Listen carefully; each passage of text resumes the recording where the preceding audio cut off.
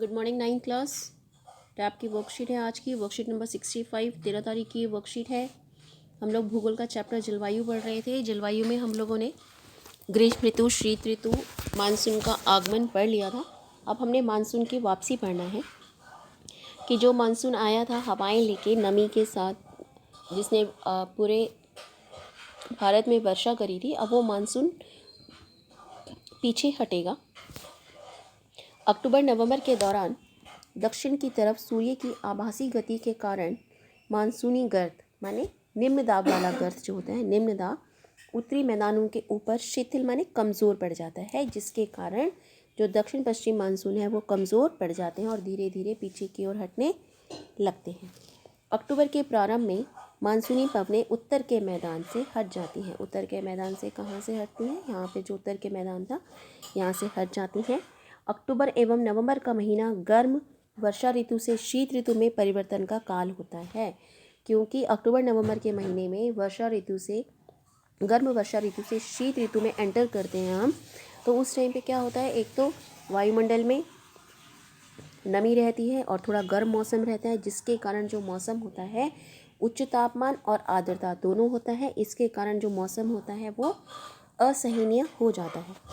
नवंबर के प्रारंभ में उत्तर पश्चिम भारत के ऊपर निम्न दाब वाली अवस्था बंगाल की खाड़ी में स्थानांतरित हो जाती है। जो उत्तर पश्चिम भारत में निम्न दाब वाली अवस्था थी वो कहाँ आ जाती है? बंगाल की खाड़ी में।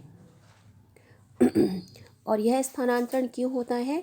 चक्रवाती निम्न दाब के कारण होता है, जो कि अंडमान सागर के ऊपर से उत्पन्न होता है। ये चक्रवात सामान्यतः भारत के पूर्वी तट को पार करते हैं एवं व्यापक वर्षा करते हैं। ये जो यहाँ पर चक्रवात आते हैं, इस चक्रवात की दिशा जो होती है वो इस तरीके से होती है पश्चिम की तरफ, जिसके कारण ये पूर्वी घाट पर बहुत ज़्यादा विनाश करते हैं और जान और माल की क्षति इससे होती है। ठीक है, तो ये आपकी एक छोटी सी वर्कशीट है, ज़्यादा इसमें नहीं दिया हुआ है, आपको थोड़ा ही आपको पढ़ना है। कुछ आपसे क्वेश्चंस पूछे हैं। देखिए, सूर्य की किस गति के कारण मानसून शिथिल हो जाता है? तो अभी आपने पढ़ा कि दक्षिण की ओर जो आभासी गति है सूर्य की, उसके कारण मानसून जो है वो शिथिल हो जाता है। उष्ण कटिबंधीय चक्रवात कैसे विनाशकारी होते हैं? जो ये उष्ण कटिबंधीय चक्रवात होते हैं, इनकी दिशा इस तरीके से पश्चिम की तरफ होती है और ये पूर्वी घाट की तरफ टकराते हैं, पूर्वी घाट की तरफ बढ़ते हैं ऐसे गोल गोल घूमते हुए, और यहाँ पर बहुत ज़्यादा विनाश करते हैं, जान और माल की क्षति यहाँ बहुत ज़्यादा पहुँचाते हैं। अगला है आपका, उत्तरी भारत में अक्टूबर नवंबर में दिन असहनीय क्यों होता है?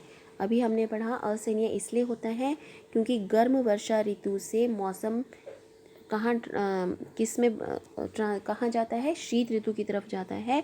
तो गर्म मौसम में एक तो वर्षा है, ऊपर से गर्म भी है, थोड़ा सा तापमान ऊंचा है और वायुमंडल में आर्द्रता भी है, जिसके कारण जो ये मौसम है वो असहनीय हो जाता है, क्योंकि पहले से ही वायुमंडल में आर्द्रता है और जो गर्मी है, इस गर्मी को ये बाहर नहीं लेकर जा पाता। ये वायुमंडल पूरा पैक हो जाता है, जिसके कारण ये गर्मी वापस नीचे ही आ जाती है और इस कारण से जो ये मौसम है ये असहनीय हो जाता है।